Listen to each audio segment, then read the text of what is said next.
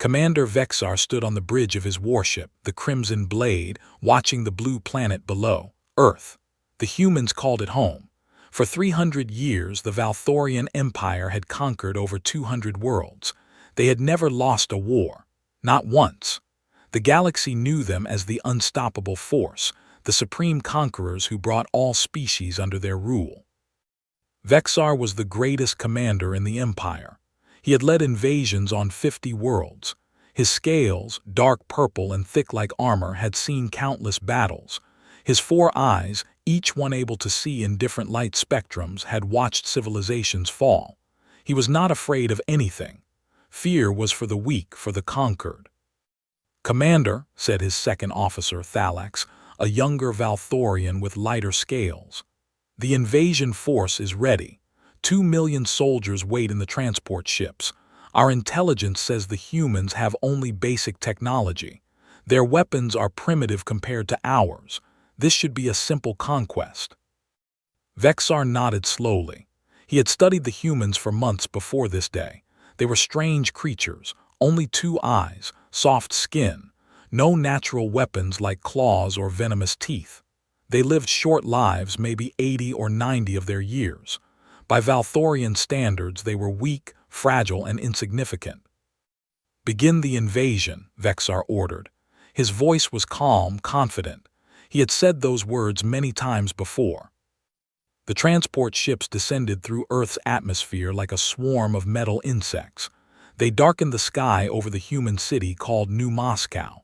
It was one of their largest cities, home to 20 million humans. Vexar had chosen it specifically. Take the big cities first, and the rest will surrender. That was how conquest worked. The Valthorian soldiers landed in the streets. They were tall, over 8 feet, with powerful legs and arms covered in natural armor. Each one carried a plasma rifle that could melt through steel. They moved in perfect formation, hundreds of thousands of them spreading through the city like a flood. Vexar watched from the bridge of his ship through the live feeds from his soldiers' cameras. He expected to see panic. He expected to see humans running, screaming, begging for mercy. That was what every other species had done. The Crixians had surrendered in 2 days. The Molari had given up after 1 battle. The galaxy was full of species who knew when they were beaten. But the humans did something strange. They fought back. The first shots came from the windows of tall buildings. Human soldiers, wearing simple armor and carrying their primitive projectile weapons, opened fire on the Valthorian forces. The bullets did little damage at first. Valthorian scales were strong, and the plasma shields absorbed most of the impact. But the humans did not stop. Vexar watched as a group of human soldiers charged toward a Valthorian unit. They were outnumbered 5 to 1. Their weapons were weaker. They had no shields, no armor that could stop plasma fire. By all logic, they should have retreated. They should have run away to fight another day or simply surrendered to save their lives. Instead, they charged forward, screaming battle cries in their human languages. Some of them fell to plasma fire, their bodies burning in the street. But the others kept coming. They did not hesitate. They did not slow down. They ran toward certain death as if death was nothing to fear. "What are they doing?" Thalax asked, his voice confused. "Do they not understand they cannot win this fight?" Vexar did not answer. He was watching the screen, his 4 eyes fixed on the image of a human soldier. The soldier had been hit in the leg by plasma fire. The wound was severe, the flesh burned away. Any Valthorian would have fallen and waited for medical help. But this human, this small, fragile creature, stood up again. He picked up his weapon and continued to fire at the advancing Valthorians. "Impossible," Vexar whispered. The battle for New Moscow lasted 3 days. The Valthorians had expected it to last 3 hours. For every block they took, they lost soldiers. Not many, not compared to the human losses, but losses nonetheless. And the humans never stopped fighting. When their guns ran out of ammunition, they used knives. When their knives broke, they used their bare hands. When they could no longer stand, they crawled toward the enemy. On the 3rd day, Vexar received a report that made his heart stop. A single human soldier, wounded in multiple places, had walked into a Valthorian command post with explosives strapped to his body. He had smiled at the officers there, said something in his human language, and detonated the bombs.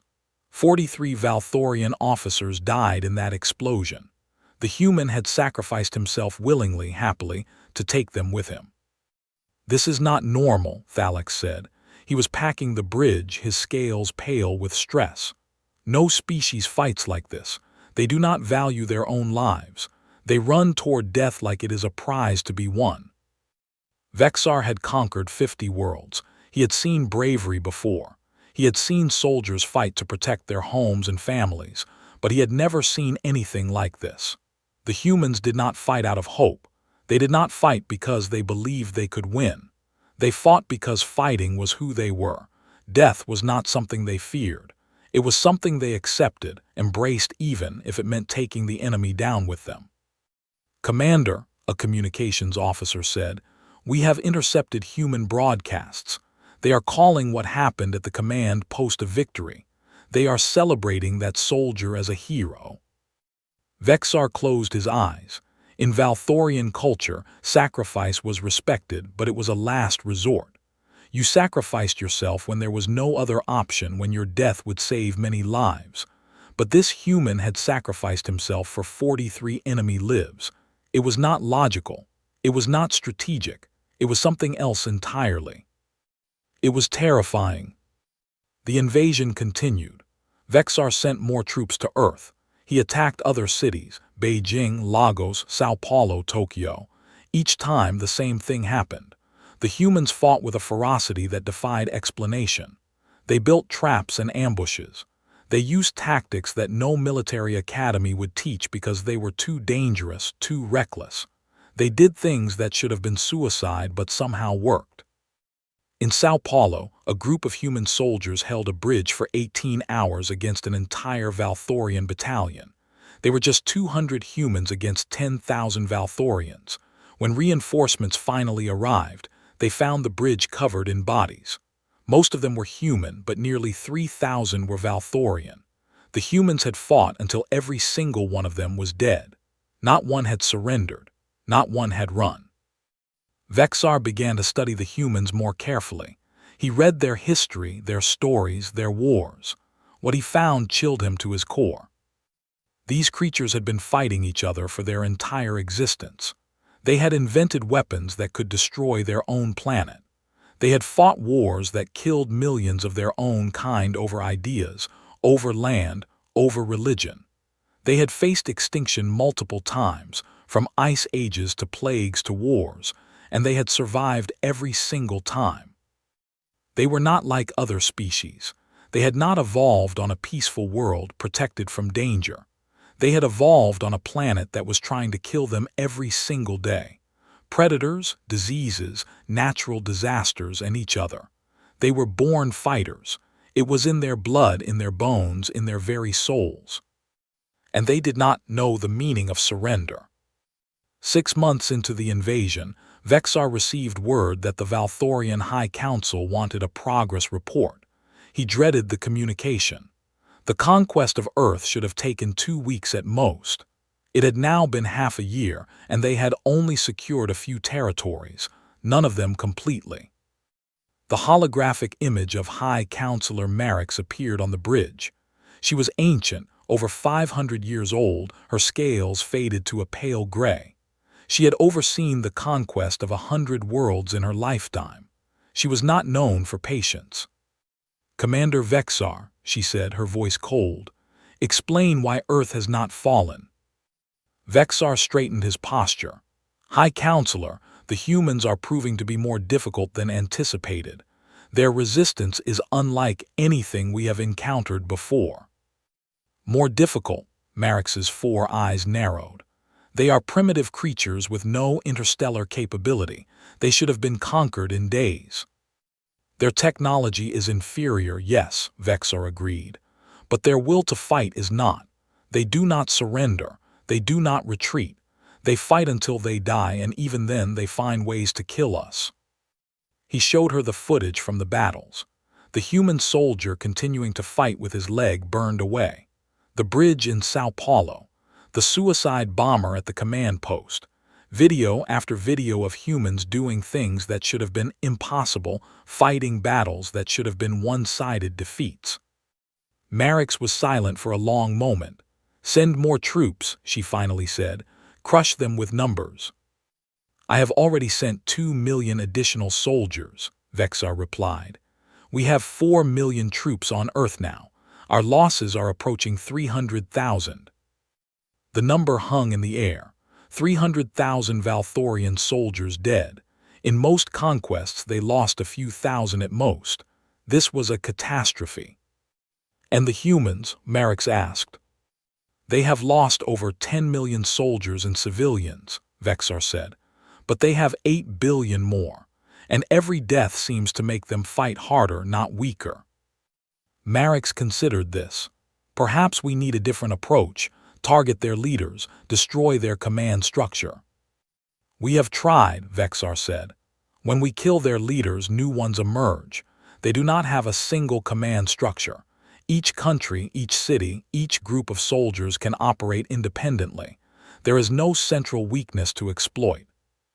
Then use orbital bombardment, destroy their cities from space." Vexar had considered this.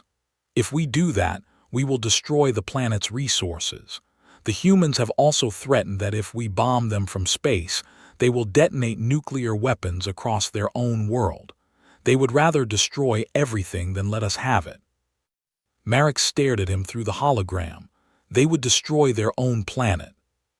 "Yes, I believe they would. They have done similar things in their own history. There are accounts of human civilizations burning their own cities rather than letting enemies capture them." The High Counselor was quiet again. For the first time, Vexar saw something in her eyes that he had never seen before: uncertainty. "Continue the ground campaign," she said finally. "I will send you additional resources, but you must find a way to break their spirit, Commander. Every species can be broken." The communication ended and Vexar sat alone on the bridge. He was not sure she was right. Every species they had encountered could be broken, yes. But the humans were different. They had been breaking each other for thousands of years and still had not given up. What chance did the Valthorians have? The next few months saw some of the most brutal fighting in Valthorian history. Vexar tried everything. He targeted human food supplies, hoping to starve them into submission. The humans ate less and fought harder. He destroyed their power systems, leaving cities in darkness. The humans adapted, fighting just as effectively in the dark.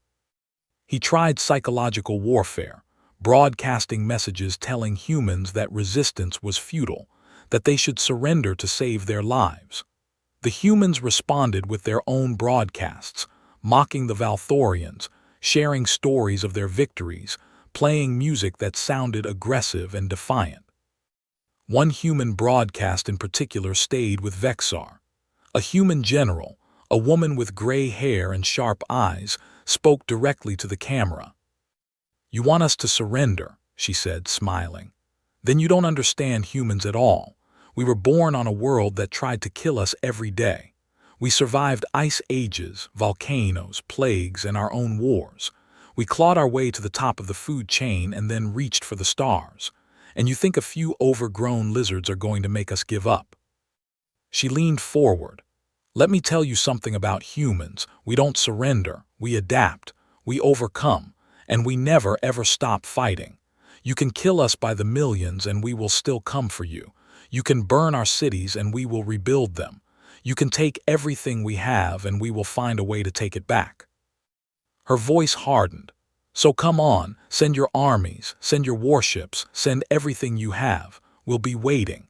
And when you're too tired to fight anymore, when your soldiers are dying and your people are asking why this war is worth fighting, we'll still be here, fighting, winning, because that's what humans do."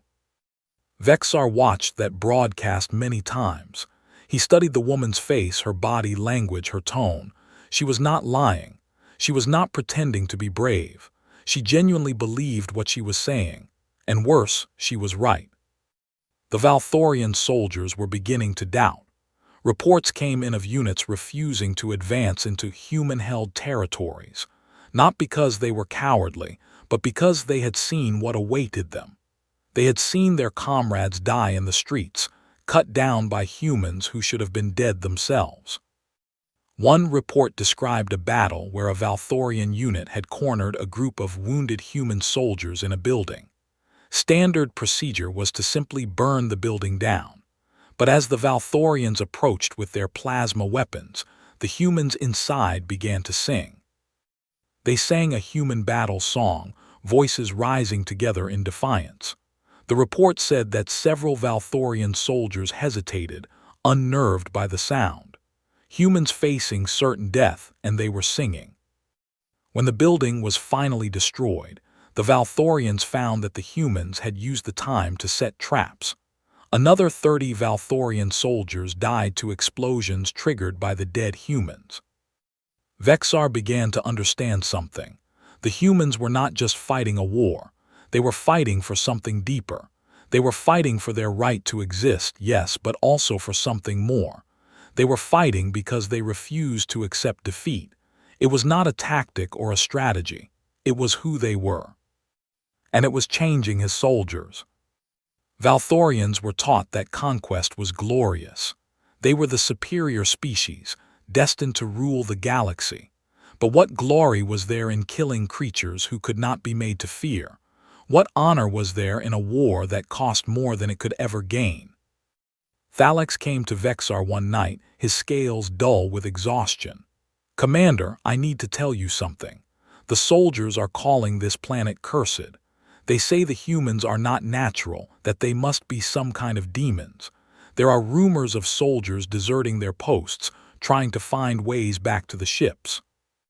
"And what do you think?" Vexar asked. Thalax was silent for a long moment. "I think the humans are the most dangerous species we have ever encountered, not because of their weapons or their technology, but because they do not know how to quit. They have no concept of acceptable losses, of strategic retreat, of reasonable surrender. They fight until they win or they die, and even when they die, they make sure we pay for it." Vexar nodded slowly. "I know. What are we going to do?" Vexar looked out at the planet below, the blue world that had caused them so much trouble. "I don't know yet, but I am beginning to think that the High Council made a terrible mistake when they chose this world to conquer." 1 year into the invasion, Vexar made the decision to personally lead a ground assault. His advisors warned him against it. A commander of his rank should never be on the front lines, but Vexar needed to see for himself. He needed to understand what his soldiers were facing. He chose a medium-sized human city called Denver, located in the mountains of what humans called North America. The city had been under siege for 3 months but had not fallen. Every assault had been pushed back with heavy losses. Vexar wanted to know why. The transport ship landed him behind Valthorian lines. The first thing he noticed was the sound. Even at a distance from the fighting, he could hear the constant crack of human weapons, the boom of explosions, the screams of soldiers on both sides. War had a sound, and this war was louder than any he had experienced. The second thing he noticed was the faces of his soldiers. These were elite warriors, the best the Valthorian Empire had to offer, but they looked different than he remembered. Their eyes were haunted. Their movements were nervous, jerky. They flinched at sudden sounds. They looked like soldiers who had been fighting for years, not months. Vexar approached a battalion commander named Korax. The younger officer saluted, but there was something in his expression that Vexar had never seen in a Valthorian before, relief that someone else was here to share the burden. "Report," Vexar ordered. "The humans hold the city center," Korax said. "We control the outer areas, but every time we push forward, they push back. They know the terrain better than we do. They have tunnels, hidden positions, traps everywhere. Last night, they launched a counterattack that took back 2 blocks we spent a week capturing. We lost 800 soldiers. 800 in one night." Yes, Commander, and we killed over 2,000 of them, but more came, they always have more. Vexar walked to the forward observation post. From there he could see the human-held area. It looked like the aftermath of a natural disaster. Buildings were crumbling. Fires burned in several places. The streets were cratered from explosions. But even as he watched, he could see movement in the ruins. Humans moving between positions, carrying weapons, preparing for the next battle. They should have abandoned this city weeks ago, Vexar said. There is nothing left worth defending. They are not defending the city, Corax replied quietly. They are defending their home. Every street, every building, every pile of rubble means something to them. They will not leave it. They will die here before they give it up. As if to prove his point, a human voice called out from the ruins. One of the Valthorian translators relayed the message. Hey, lizard faces, come and get us. There was laughter from the human positions, actually laughing in the middle of a war. Vexar decided to observe a direct assault. He stayed back from the fighting itself, but was close enough to see everything. The Valthorian soldiers moved forward with discipline and precision. They used cover, coordinated their movements, and laid down suppressing fire just as they had been trained. But the humans were ready. The first wave of Valthorians ran into a wall of fire from hidden positions. Bullets tore through gaps in their armor. Explosions erupted from underground, triggered by pressure plates. The advance stalled within minutes. Then the humans counterattacked. They came from everywhere at once, from buildings, from underground, from behind the Valthorian line. They moved fast, faster than creatures their size should be able to move. They were screaming, not in fear but in fury. Their faces were twisted with rage and determination. Vexar watched a human soldier charge directly at a group of Valthorians. The soldier was hit by plasma fire in the chest, a wound that would have killed most species instantly. But the human did not fall. He kept running, crashed into the Valthorians, and detonated a grenade he had been carrying. 3 Valthorians died with him. Another human, a female, fought hand-to-hand with a Valthorian twice her size. She was bleeding from multiple wounds, clearly dying on her feet. But she kept fighting, using a knife to stab at the gaps in the Valthorian's armor. When she finally fell, the Valthorian she had been fighting collapsed a moment later, dead from his wounds. A young human soldier, barely more than a child by their species standards, crawled out of a hole in the ground with an explosive device strapped to his back. He was heading toward a Valthorian command vehicle. A Valthorian sergeant saw him and raised his weapon, but he hesitated. Just for a moment. The human boy looked at him with eyes full of fear but also something else. Acceptance. The explosion destroyed the command vehicle and everyone near it. Vexar felt something he had never felt before in his long career. Doubt. Not doubt about the Valthorian Empire's power or his own abilities. Doubt about whether this war could ever be won. That night he called for a meeting with his senior officers. They gathered in a temporary command post, their faces showing the same exhaustion he had seen in the regular soldiers. I want honest reports, Vexar said. No politics, no optimism. Tell me what you are really seeing. The officers looked at each other. Finally, an older commander named Zethak spoke. Commander, I have served in 32 campaigns. I have fought species from every corner of the galaxy, and I have never seen anything like humans. He paused, as if struggling to find the right words. They do not fight like soldiers, they fight like animals. No, worse than animals. Animals know when they are beaten and run away. Humans do not. Another officer, a younger female named Velara, added, Our soldiers are breaking, not physically, but mentally. They have started to fear the humans in a way they have never feared any enemy. I had a sergeant tell me he would rather face a Crixian death squad than another human ambush. The humans are adapting to our tactics faster than we can change them, said another. They study our weapons, our armor, our formations. They find weaknesses and exploit them. Last week, They captured one of our plasma rifles and figured out how to use it within hours. They are not just fighting us, they are learning from us." Vexar listened to report after report. The story was the same everywhere. The humans were relentless, adaptable, and completely unwilling to give up. They had turned their entire planet into a fortress. Every city was a battleground. Every civilian was a potential soldier. Even their children were willing to die to hurt the invaders. "There is something else," Korax said quietly. "The humans have started using psychological tactics against us. They leave messages for our soldiers, written in our language. They broadcast stories about Valthorian soldiers who died in battle, describing their final moments in detail. They are trying to demoralize us." "And is it working?" Korax did not answer immediately. When he did, his voice was barely above a whisper. "Yes." Vexar dismissed the meeting but stayed alone in the command post. He thought about everything he had seen and heard. The Valthorian Empire had conquered 200 worlds. They had faced species far more technologically advanced than humans. They had overcome superior numbers, fortified positions, desperate last stands. But they had never faced a species that simply refused to lose. The humans were not winning the war. By any objective measure, they were being slowly ground down. Their casualties were far higher than the Valthorians. Their cities were being destroyed one by one.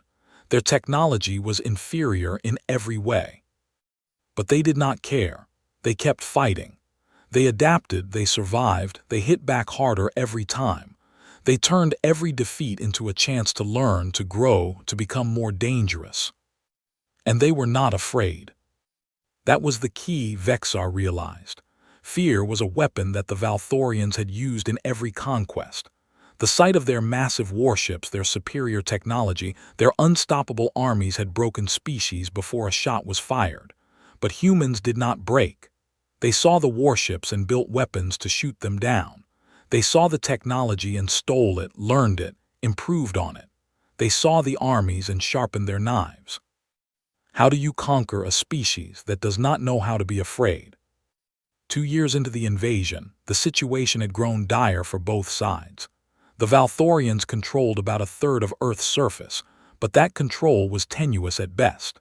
Human resistance fighters operated behind enemy lines, striking at supply convoys, communication posts, and isolated garrisons. No Valthorian soldier was ever truly safe, even in areas that were supposed to be fully pacified. The cost had been staggering.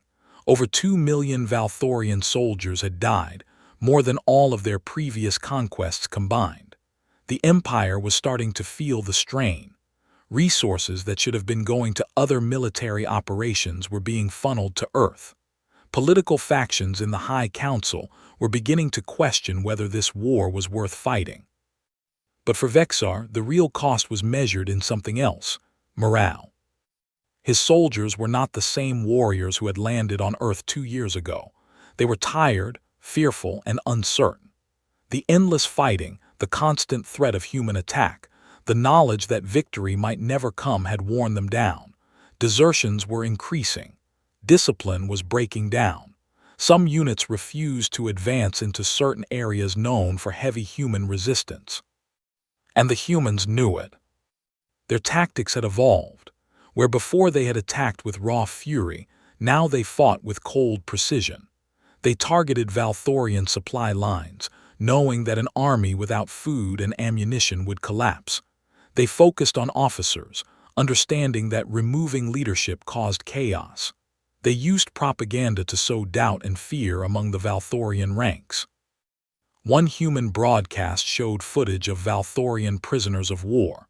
The humans had not tortured them, as Valthorian propaganda claimed they would. Instead, they had fed them, treated their wounds, and asked them simple questions. Why are you here? Is this war worth dying for? Do you know how many of your friends have died? The prisoners looked confused, uncertain. Some of them gave answers that would have been considered treasonous in the Valthorian military. One soldier, barely more than a recruit, looked into the camera and said, I don't want to die on this planet. I want to go home." That broadcast spread through the Valthorian ranks like a disease. Soldiers began to talk openly about wanting the war to end. Some questioned why they were fighting at all. What did the Empire gain from this blood-soaked world? What glory was there in fighting an enemy who would never surrender? Vexar tried to restore order. He made speeches about duty and honor. He punished deserters harshly. He reminded his troops that they were the greatest warriors in the galaxy, that they had conquered 200 worlds, that they could not be beaten by these primitive humans. But even he was starting to wonder if any of it was true. The battle that changed everything came 3 months later. The humans had been gathering their remaining forces in secret, preparing for something big. Valthorian intelligence had detected movement but underestimated its scale. They expected a local counterattack, a desperate attempt to retake a single city.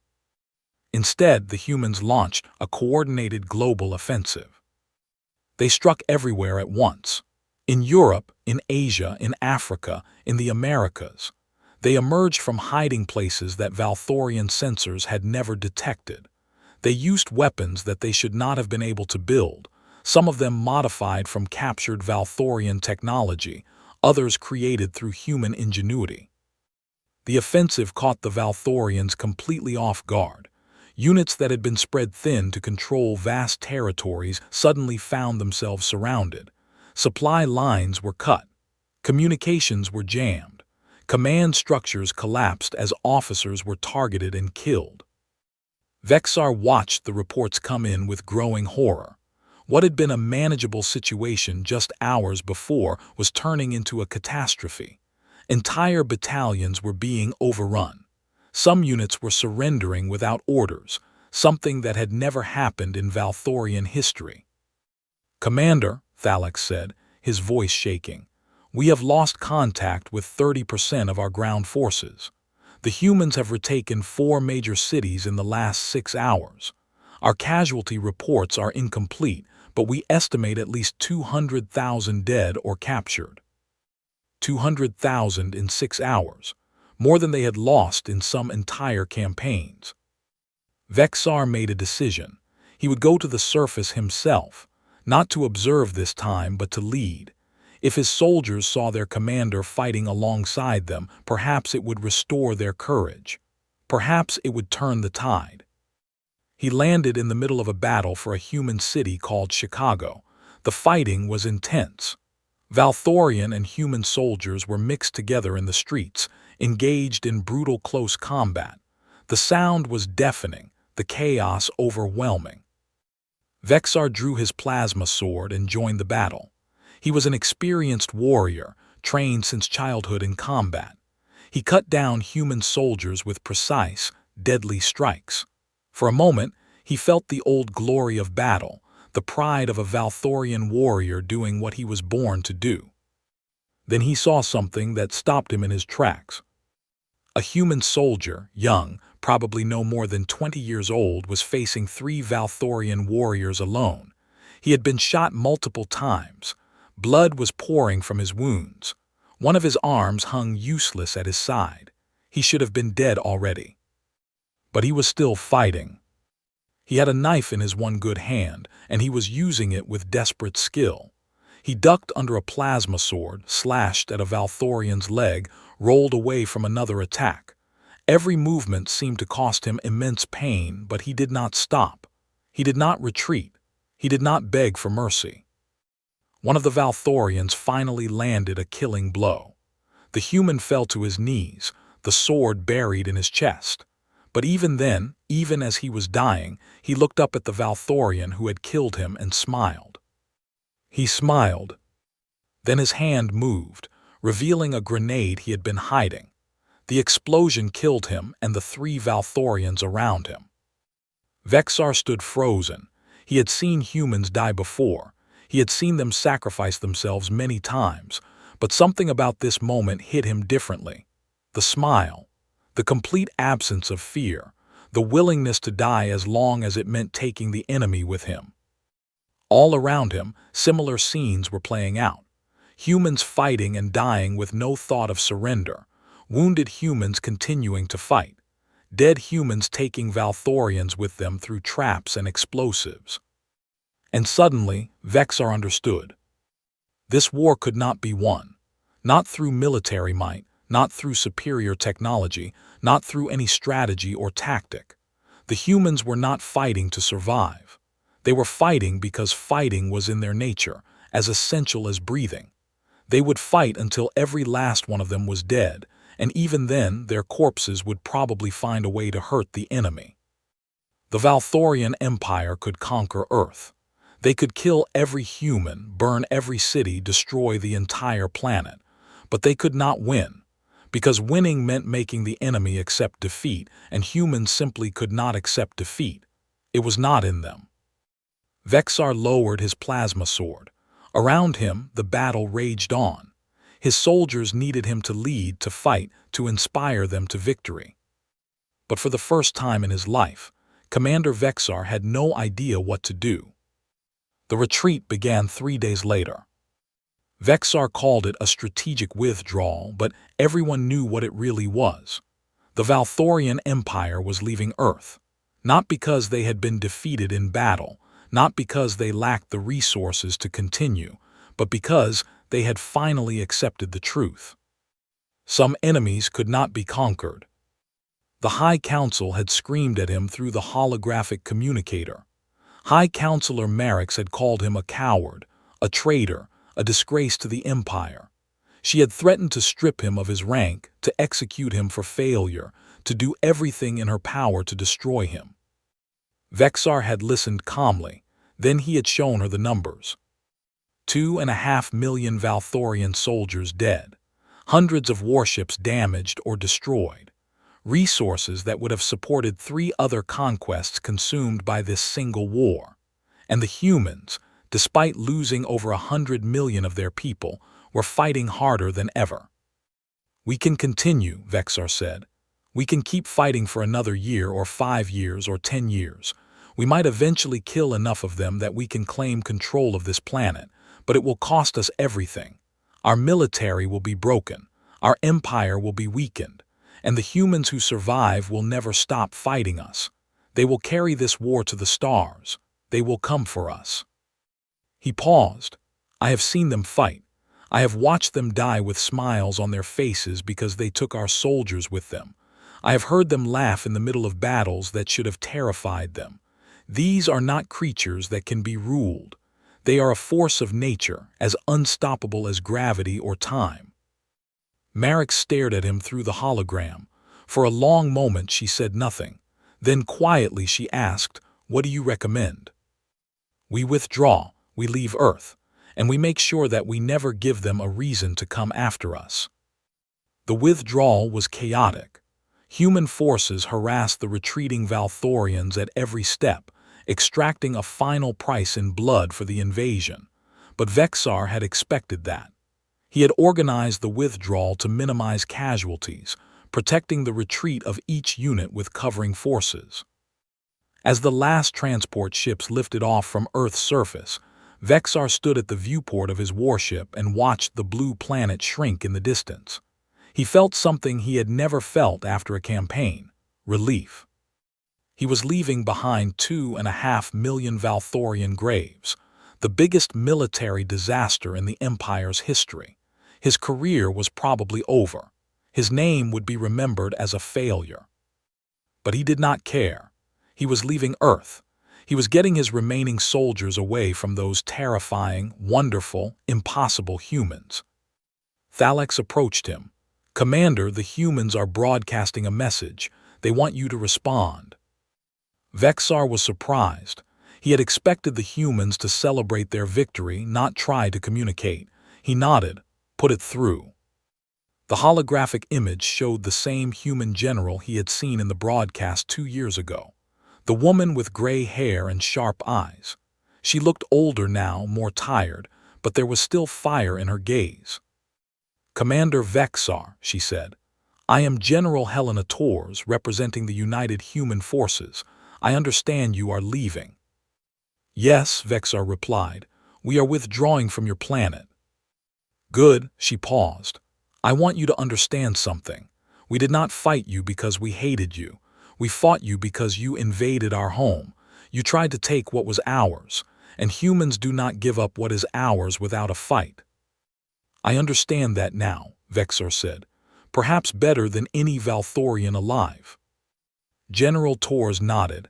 I want to make you an offer, not a surrender, not a treaty of submission, a proposal for peace, real peace between our peoples. Vexar was stunned. Peace, after everything that has happened, after the millions who have died. Especially after that, Tors said. We have both paid enough for this war. We have nothing left to prove to each other. You know what humans are capable of. We know what Valthorians can do. Neither of us needs to demonstrate our strength again. She leaned forward. Here is my offer. You leave our space. You never return as invaders. In exchange, we will not seek revenge. We will not build warships to attack your worlds. We will remember this war, yes, but we will remember it as a lesson, not as a grudge.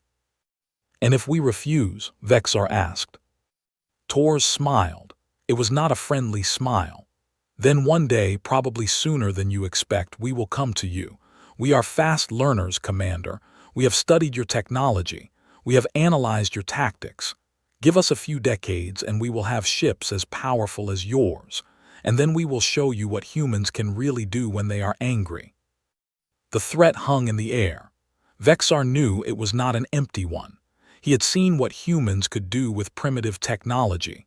The thought of them with advanced warships, plasma weapons, and the ability to reach Valthorian worlds was terrifying. I will bring your proposal to the High Council, he said. Do that and tell them this. Tor's eyes were hard. We are a young species. We have only been reaching for the stars for a few centuries, but we will not stay young forever. Someday we will be a great power in this galaxy. When that day comes, you want us to remember you as neighbors who learn to live in peace with us, not as enemies who need to be destroyed. The communication ended. Vexar stood at the viewport for a long time, thinking about what she had said. He thought about the human soldier who had smiled as he died, taking 3 Valthorians with him. He thought about the defenders of Sao Paulo who had fought until the last one fell. He thought about the boy with the explosives, the woman who had fought hand-to-hand while bleeding to death, all the countless acts of desperate, fearless courage he had witnessed. These humans, these incredible, terrifying, magnificent humans. They were not like any other species. They were born on a world that tried to kill them, and they had conquered it. They had killed each other for thousands of years, and they had survived. They had faced the might of the greatest empire in the galaxy, and they had driven it away. What would they become in another 100 years? Another 1,000? When they had technology to match their spirit, fleets to carry their soldiers to distant stars, weapons capable of destroying worlds. Vexar made his recommendation to the High Council. He told them everything, the battles, the losses, the unstoppable human spirit. He told them about General Tor's offer and her warning. We have 2 choices, he said. We can accept peace and hope that humans will honor it, or we can continue this war, pour everything we have into destroying them, and hope that we succeed before they become powerful enough to destroy us. What is your recommendation? Marix asked. Her voice was different now, no longer angry. She had read the reports. She had seen the numbers. She understood. Peace, Vexar said without hesitation. These creatures do not know fear. They do not understand surrender. They fight until they win or they die trying. And somehow, against all odds, they usually find a way to win. I would rather have them as neighbors than as enemies. The High Council debated for 3 days. In the end, they accepted the human proposal. The Valthorian Empire officially withdrew from Earth and agreed to leave human space permanently. In exchange, the humans agreed to peace and promised not to seek revenge. The treaty was signed 1 month later.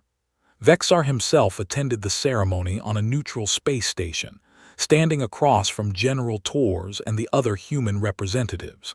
He watched them sign their names to the document. these small, soft-skinned creatures who had humbled the greatest empire in the galaxy. "Commander Vexar," Tors said after the ceremony, "I have a question. When did you know? When did you realize you could not beat us?" Vexar thought about it.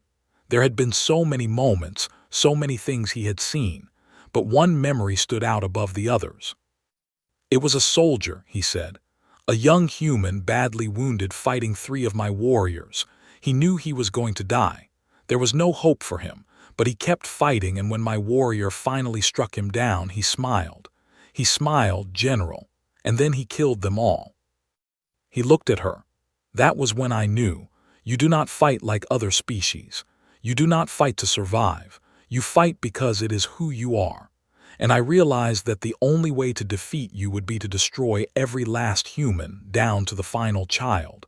And even then, I suspect the ghosts would find a way to haunt us."